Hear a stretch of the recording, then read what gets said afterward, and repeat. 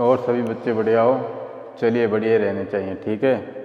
देखिए अपने पास बुक चल रही थी बीएससी सेकेंड ईयर की mathematical physics. Clear. Mathematical physics में यूनिट फर्स्ट मैंने चालू करवा दी थी, और मैंने यूनिट फर्स्ट चालू करवाई थी तो मैंने तुमको बताया था यूनिट फर्स्ट में कि वक्र रेखीय निर्देश तंत्र क्या होता है, लांबिक वक्र रेखीय निर्देश तंत्र क्या होता है। क्लियर। और लांबिक वक्र में आधार सदिश और स्केल गुणक क्या होता है, ये सारी चीज़ें बता दी थी। और बताया था कि वक्र रेखीय निर्देश तंत्र क्या होता है कि ऐसा निर्देश तंत्र जिसपे तीनों वक्र पृष्ठ u1 बराबर c1, u2 बराबर c2 और u3 बराबर c3 हों। क्लियर। और जिस बिंदु पर ये तीनों वक्र पृष्ठ क्या करें, प्रतिच्छेदन करें, तो वो क्या कहलाता है, उसका मूल बिंदु कहलाता है। तथा जिस रेखा पर ये तीनों वक्र प्रतिच्छेदन करते हैं तो उसको कौन सी रेखा बोलते हैं, निर्देशांक रेखा बोलते हैं। क्लियर था। लांबिक वक्र रेखीय निर्देश तंत्र क्या होता है कि ऐसा निर्देश तंत्र जिसपे तीनों वक्र पृष्ठ कैसे हों, लंबवत हों, तो वो तंत्र क्या कहलाता है, लांबिक वक्र रेखीय निर्देश तंत्र। और लांबिक वक्र रेखीय निर्देश तंत्र में उसका जो स्थिति सदिश होता है वो कितना लिया था, सदिश आर। क्लियर। सदिश आर लेकर जो अपने पास जो स्केल गुणक होता है, स्केल गुणक किसे कहते हैं, आधार सदिश के परिमाण को, किसको, आधार सदिश के परिमाण को क्या बोलते हैं, स्केल गुणक बोलते हैं। और स्केल गुणक को अपन किससे डिनोट करते हैं, एच आई। क्लियर। स्केल गुणक को अपन, और जो अपने पास क्या होता है आधार सदिश, और आधार सदिश को अपन किससे डिनोट करते हैं, बी आई से। किससे करते हैं, बी आई से। क्लियर। तो अपने पास वहाँ से बी आई का मान, जो सदिश बी आई का मान था वो कितना आया था, एच आई और ई आई कैप। क्लियर। तो वहाँ से अपने पास जो सदिश डी आर है, सदिश डी आर का मान कितना आ गया था, H1 E1 cap DU1 plus H2 E2 DU2 plus S3 E3 cap DU3। यहाँ तक अपन ने निकाल लिया था। क्लियर। अपने पास नया हेडिंग है आज, डालिए रेखा अल्पांश, रेखा अल्पांश, रेखा अल्पांश। देखिए ये सारी चीज़ें जो आगे आएंगी अपने पास डेरिवेशन आएंगे कि ग्रेडियंट में उसकी फॉर्म क्या होती है, कर्ल में क्या फॉर्म आती है, उनमें ये सब सारी चीज़ें काम में आएंगे। तो ध्यान से देखना और ध्यान से करना। क्लियर। तो डालिए रेखा अल्पांश। तो रेखा अल्पांश अपने पास क्या होता है कि जो अपने पास आधार सदिश का जो परिमाण है, क्या है, आधार सदिश का परिमाण है, उसको तो क्या बोलते हैं अपन, स्केल गुणक। क्या बोलते हैं, स्केल गुणक। और जो अपने पास रेखा अल्पांश है वो क्या है कि जो सदिश डी आर है, किसमें, लांबिक वक्र रेखीय निर्देश तंत्र में। क्या बोलोगे कि लांबिक वक्र रेखीय निर्देश तंत्र में जो सदिश डी आर का परिमाण होता है उसे ही अपन क्या बोलते हैं, रेखा अल्पांश बोलते हैं। क्लियर। तो लिखिए इसमें रेखा अल्पांश में कि लांबिक वक्र रेखीय निर्देशांक तंत्र में, लिखिए लांबिक वक्र रेखीय निर्देश तंत्र में, रेखीय निर्देश तंत्र में सदिश डी आर के परिमाण को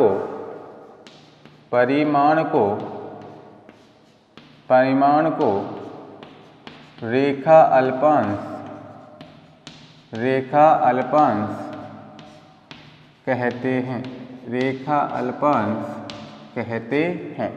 लांबिक वक्र रेखीय निर्देश तंत्र में सदिश डी आर के परिमाण को रेखा अल्पांश बोलते हैं। तो नीचे लिख दीजिए रेखा अल्पांश,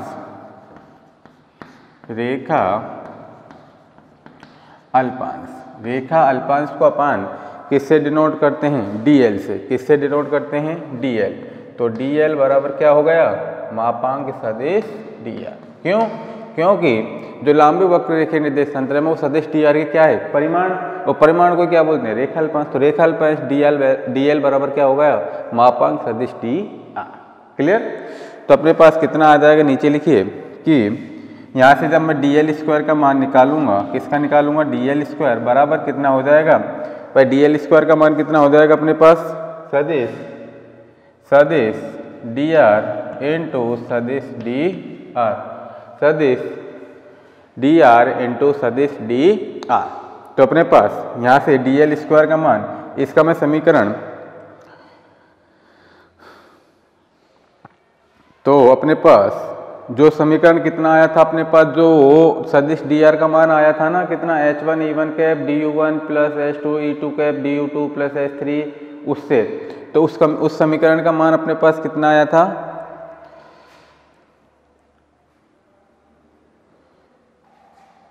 शायद कितना आया था, 4 आया था, 5 आया था पिछली वीडियो में, देख लेना, उसी समीकरण से लिख लेना आप कि यहाँ लिख लेना कि समीकरण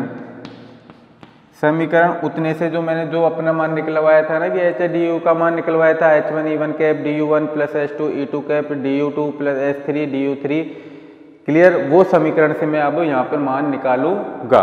तो अपने पास जो dl स्क्वायर का मान जो होगा, तो dl स्क्वायर बराबर, तो सदिश dr का मान कितना था, h1 e1 cap du1, clear, plus h2 e2 cap du2 plus h3 e3 cap du3, clear, into कितना आ जाएगा h1 e1 cap du1 plus h2 e2 cap du2 plus h3 e3 cap du3, clear. क्यों? क्योंकि जब रेखा अल्पांश dl बराबर क्या होता है, मापांक सदिश dr, जब यहाँ से मैं dl स्क्वायर का मान निकालूंगा तो dl बराबर कितना होगा, सदिश dr इंटू सदिश dr। क्यों? क्योंकि जब इसके ऊपर स्क्वायर है तो इसके ऊपर भी क्या होगा, स्क्वायर। इसको मैंने दो भागों में बांट लिया तो सदिश dr इंटू सदिश dr। तो जो अपने पास समीकरण नंबर कौन सा आया था, जो यहाँ पर अपने समीकरण डाला था, क्या डाला था, समीकरण जो अपने पास किसका मान आया था, वो सदिश dr का मान आया था, सदिश dr का मान आया था। और सदिश dr का मान कितना आया था, h1 e1 cap du1 plus h2 e2 cap du2 plus h3 e3 cap du3, आया था नहीं आया था, पिछली वीडियो में देखना, क्लियर। तो सदिश dr का मान मैंने क्या रख लिया, ये रख लिया, और सदिश dr का भी मान मैंने ये रख लिया, क्लियर। तो अपने पास जो dl स्क्वायर का मान आएगा, dl स्क्वायर बराबर, dl स्क्वायर का मान अपने पास कितना आ जाएगा, देखिए e1 कैप एक, e2 कैप एक, e3 कैप कितना हो गया, एक। तो अपने पास कितना आ गया, देखिए h1 square du1 square plus h2 square du2 square plus h3 square और du3 स्क्वायर, क्लियर। यही क्या होता है अपने पास, रेखा अल्पांश। शायद अपने पास समीकरण 5 तक आ गए थे, कितने तक आ गए थे, समीकरण 5 तक, क्लियर। और नहीं आए तो इसको मैं समीकरण 1 डाल रहा हूं, समीकरण 1। अब मैं दोबारा से डाल रहा हूं, तुम कंटिन्यू में डाल लेना शुरू से ही कि कितने तक आए थे, वहां तक जो अपन ने निकाला था वो आयतन अल्पांश, क्या निकाला था, आयतन अल्पांश निकाला था ना, वो उसमें डाल लेना, क्लियर। इसको मैं डाल रहा हूं समीकरण 1, क्लियर सभी को कि रेखा अल्पांश क्या होता है, कि लांबिक वक्र रेखीय निर्देश तंत्र में सदिश dr का जो परिमाण होता है उसे अपन क्या बोलते हैं, रेखा अल्पांश। तो रेखा अल्पांश dl बराबर क्या होता है, मापांक सदिश dr। यहाँ से जब dl स्क्वायर का मान निकालूंगा तो सदिश dr इंटू कितना हो जाएगा, सदिश dr। जो अपने पास समीकरण बनी थी सदिश dr का जो मान आया था, उस समीकरण से अपन ने इसका मान, सदिश dr का मान क्या कर लिया, यहाँ लिख लिया। तो dl स्क्वायर बराबर ये आ गया, सदिश dr का मान कितना होता है, h1 e1 cap du1 plus h2 e2 cap du2 plus h3 e3 cap du3, h1 e1 cap ये होता है, क्लियर। नोट डाउन कर लीजिए जल्दी से। तो अपने पास e1 cap into e1 cap एक, e2 cap into e2 cap एक, e3 cap into e3 cap into एक। तो h1 का h1 से किया h1 स्क्वायर, du1 का du1 से तो du1 स्क्वायर, प्लस h2 का h2 से किया h2 स्क्वायर, du2 का du2 से किया तो du2 स्क्वायर, प्लस h3 का h3 से किया तो h3 स्क्वायर, और du3 का du3 से किया तो du3 स्क्वायर, क्लियर है सभी को। चलिए नोट डाउन कर लीजिए जल्दी।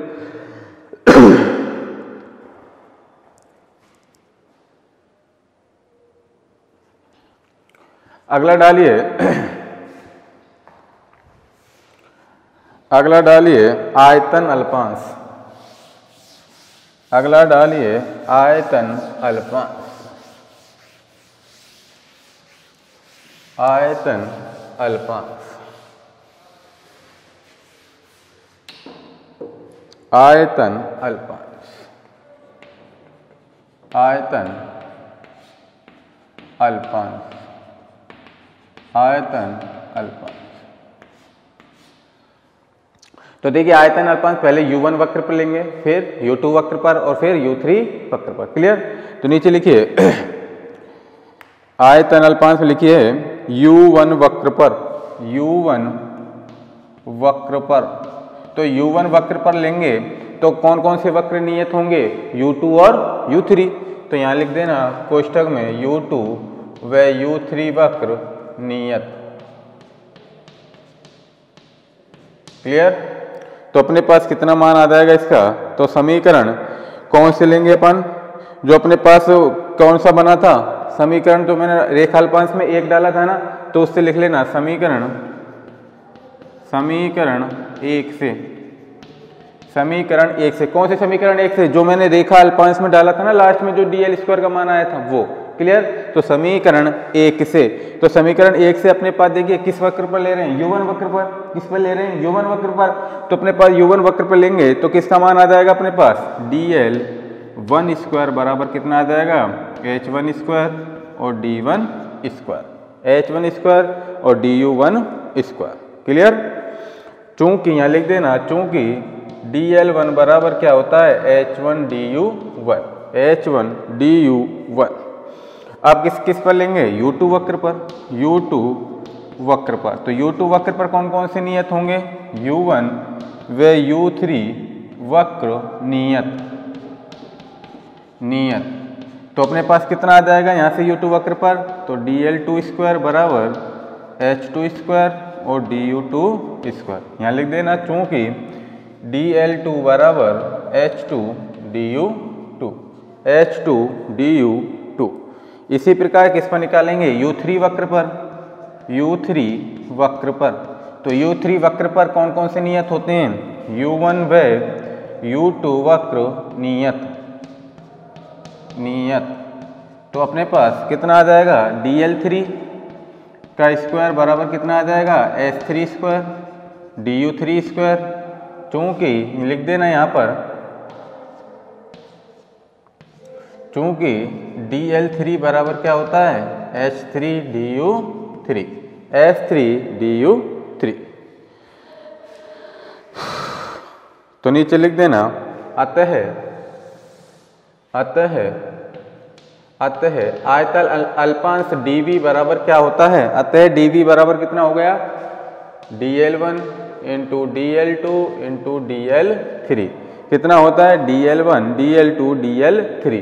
तो dl1 का मान कितना है? h1 du1। dl2 का मान कितना है? h2 du2। और dl3 का मान कितना है? h3 du3।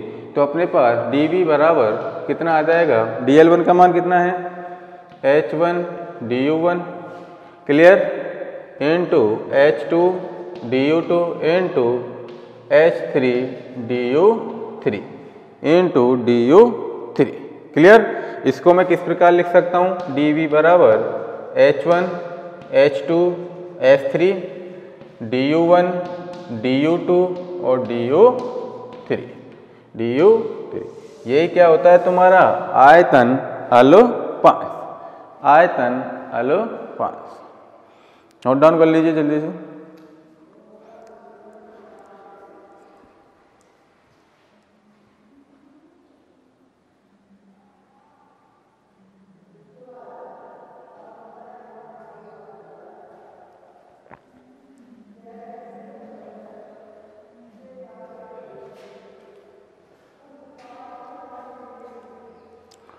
अगला हेडिंग डालिए पृष्ठीय अल्पांश। अगला हेडिंग डालिए पृष्ठीय अल्पांश। अगला हेडिंग डालिए पृष्ठीय अल्पांश।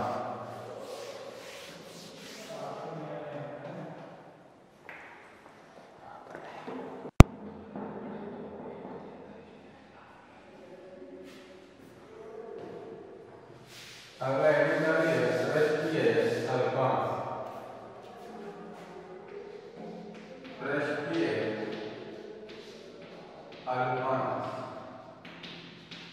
पृष्ठीय अल्फा, पृष्ठीय अल्फा।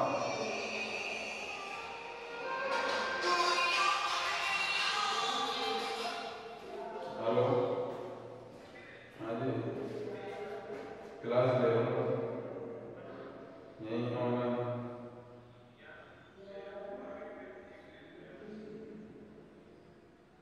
बाद में बात करो 5-10 मिनट बाद।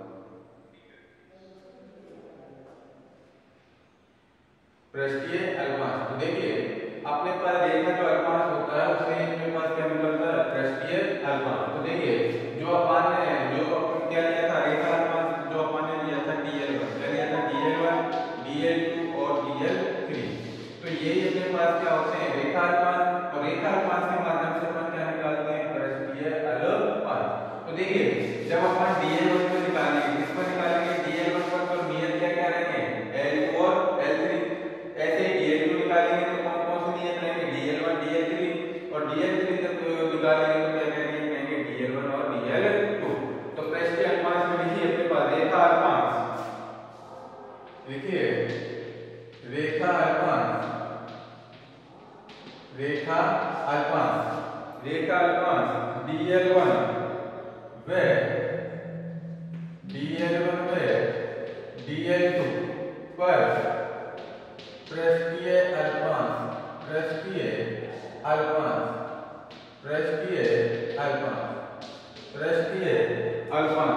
तो अपने पास कितना हो जाएगा, तो अपने पास कितना हो जाएगा, पृष्ठीय अल्पांश ds3 बराबर, तो ds3 बराबर कितना हो जाएगा बताइए, dl1 into dl2 बराबर, तो dl1 का मान कितना होता है h1 du1, तो कितना होता है h1 du1, और dl2 का मान कितना होता है h2 du2, h2 du2।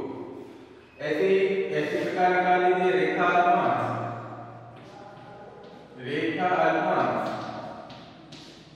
dl2 व dl3 पर, dl3 पर पृष्ठीय अल्पांश, पृष्ठीय अल्पांश।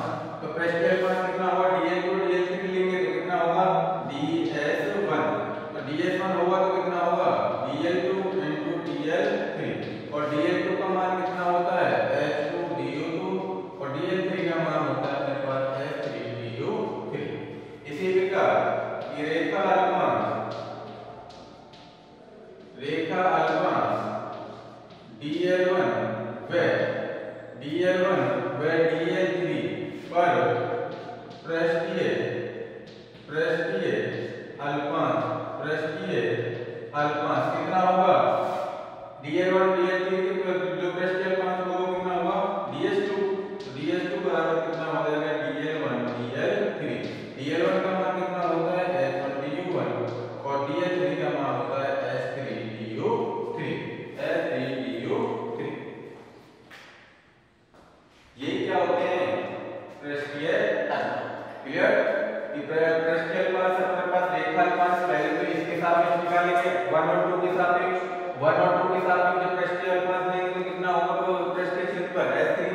इसी प्रकार l2 और l3 के सापेक्ष कितना होगा h1, और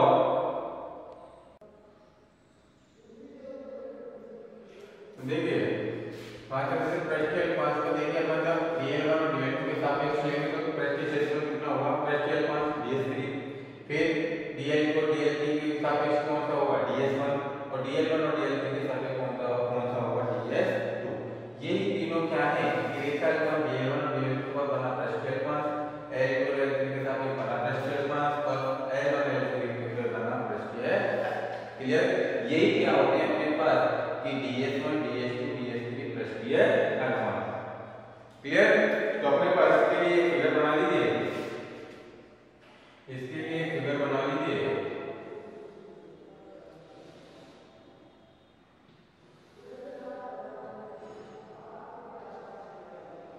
इसके लिए फिगर बना लीजिए।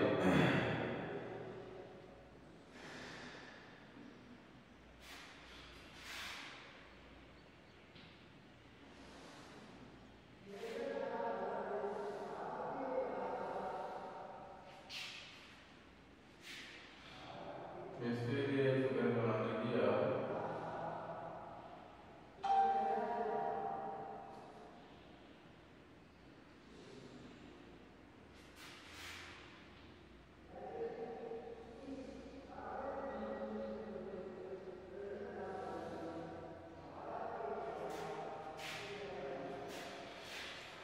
तो ये होता है इसके पास ds3 प्लस L1 और ds3 बराबर किसके होता है u1 u2 वो कितना होता है h1 h2 du1 du2 clear.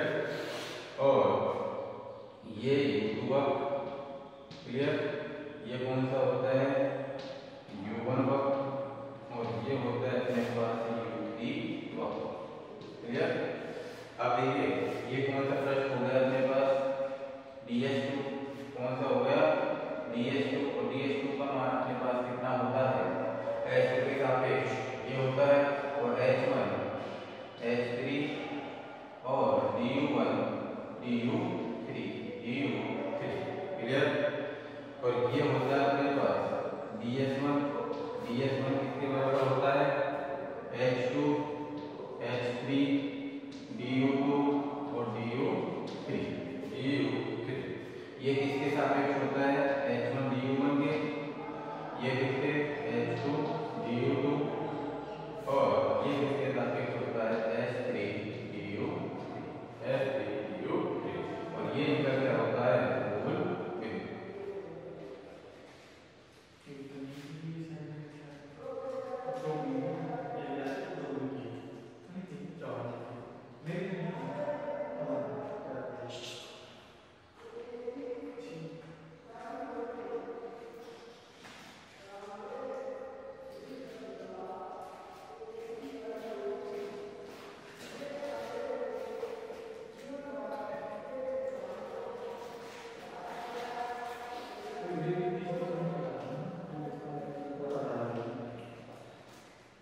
अगला हेडिंग डालिए वक्र रेखीय निर्देश तंत्र में सदिश A।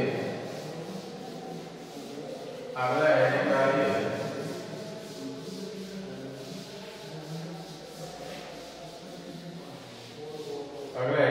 वक्र रेखीय निर्देश तंत्र में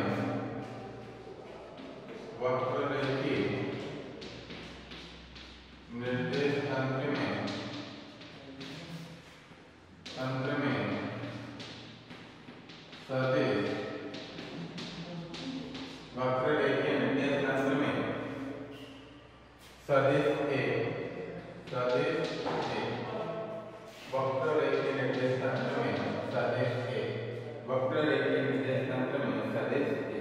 तो देखिए वक्र रेखीय निर्देश तंत्र में पास अपने पास जो वक्र पृष्ठ थे वो कितने थे, क्या क्या लिए थे u1 u2 और u3। कितने लिए थे u1 u2 और u3। अब देखिए u1 के सापेक्ष एक अंक सदिश क्या था e1 के, u2 के सापेक्ष एक अंक सदिश क्या था e2 के और u3 के सापेक्ष जो एक अंक सदिश था वो कितना था e3 के। कितना था e3 के। तो तीन वक्र पृष्ठ होते हैं u1 u2 और u3 और u1 के सापेक्ष एक अंक सदिश क्या है e1 के, u2 के सापेक्ष एक अंक सदिश क्या है e2 के और u3 के सापेक्ष क्या है e3 के। क्लियर है। और जो अपने पास क्या है जो सदिश A है, क्या है सदिश A है, इसके घटक अपन ने क्या क्या ले लिए सदिश A के घटक क्या लिया है a1 a2 और a3। उस स्थिति में वक्र रेखीय निर्देश तंत्र में सदिश A का मान कितना आता है वो देखिए। ये तीन वक्र पृष्ठ के लिए u1 u2 u3 इनके सापेक्ष के लिए एक अंक सदिश u1 के सापेक्ष एक अंक सदिश क्या है e1 के, u2 के सापेक्ष एक अंक सदिश क्या है e2 के, u3 के सापेक्ष एक अंक सदिश क्या है e3 के। और जो अपने पास सदिश A है उसके घटक क्या ले लिए a1 b2 और a3। इन तीनों को इंक्लूड करके जो अपने पास सदिश A का मान होगा वही क्या होता है वक्र रेखीय निर्देश तंत्र में सदिश A। क्लियर है सभी को। चलिए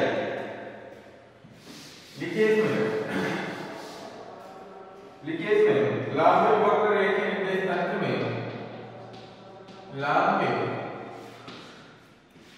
वक्र रेखीय निर्देश तंत्र में रेखीय निर्देश तंत्र में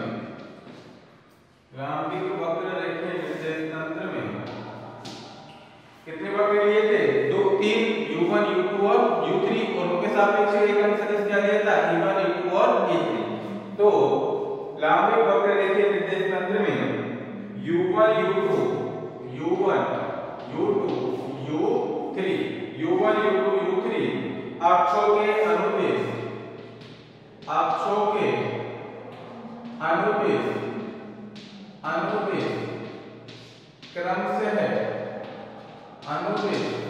क्रमशः या अनुदिश सीधे लिख लीजिए अनुदिश एकांक सदिश तो u1 के सापेक्ष क्या हो जाएगा u1 के सापेक्ष e1 के u2 के u2 के सापेक्ष क्या हो जाएगा एकांक सदिश e2 के और e3 के सापेक्ष कितना हो जाएगा e3 के एकांक सदिश e1 के e2 के e3 के तथा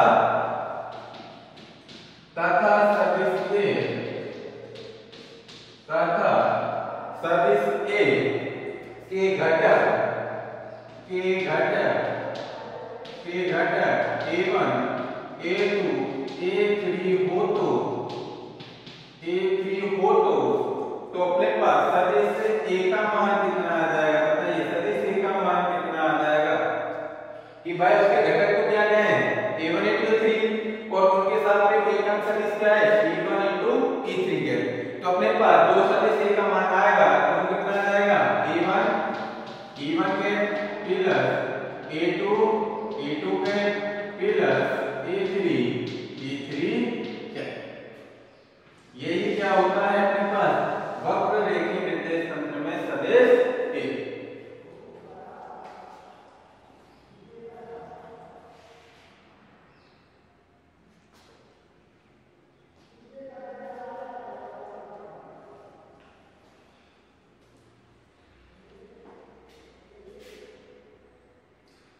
अगला हेडिंग डाल दीजिए अदिश क्षेत्र की प्रवणता।